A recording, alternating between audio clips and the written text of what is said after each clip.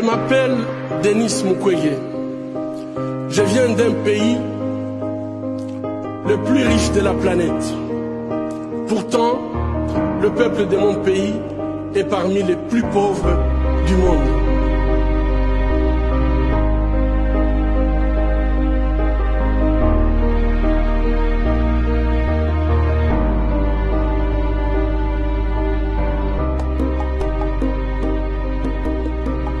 La réalité troublante est que l'abondance de nos ressources naturelles, or, coltan, cobalt et d'autres minéraux stratégiques, alimente la guerre, source de la violence extrême et de la pauvreté abjecte en République démocratique du Congo.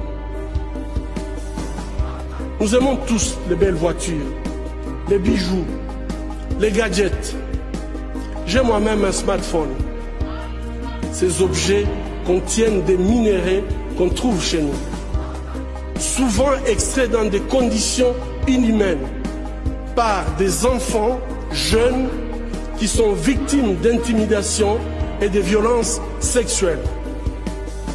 En conduisant votre voiture électrique, en utilisant votre smartphone, en admirant vos bijoux, réfléchissez un instant au coût humain de la fabrication de ces objets.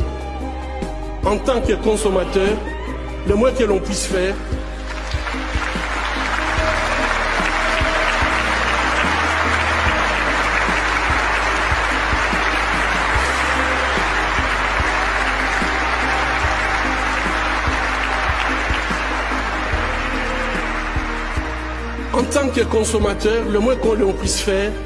est d'insister que ces produits soient fabriqués dans le respect de la dignité humaine.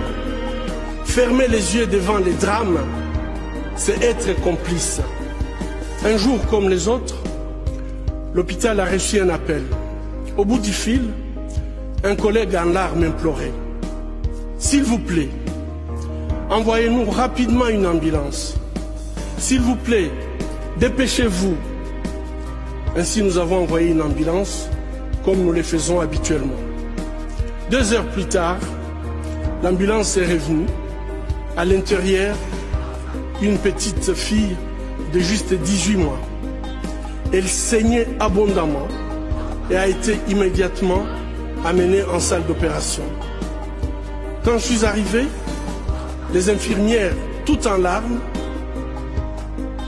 la vessie d'une nourrisson, son appareil génital, son rectum étaient gravement endommagés par la pénétration d'un adulte.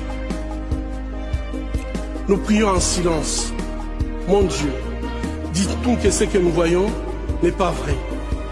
Dites-nous que c'est un mauvais rêve. Dites-nous qu'au réveil, tout ira bien.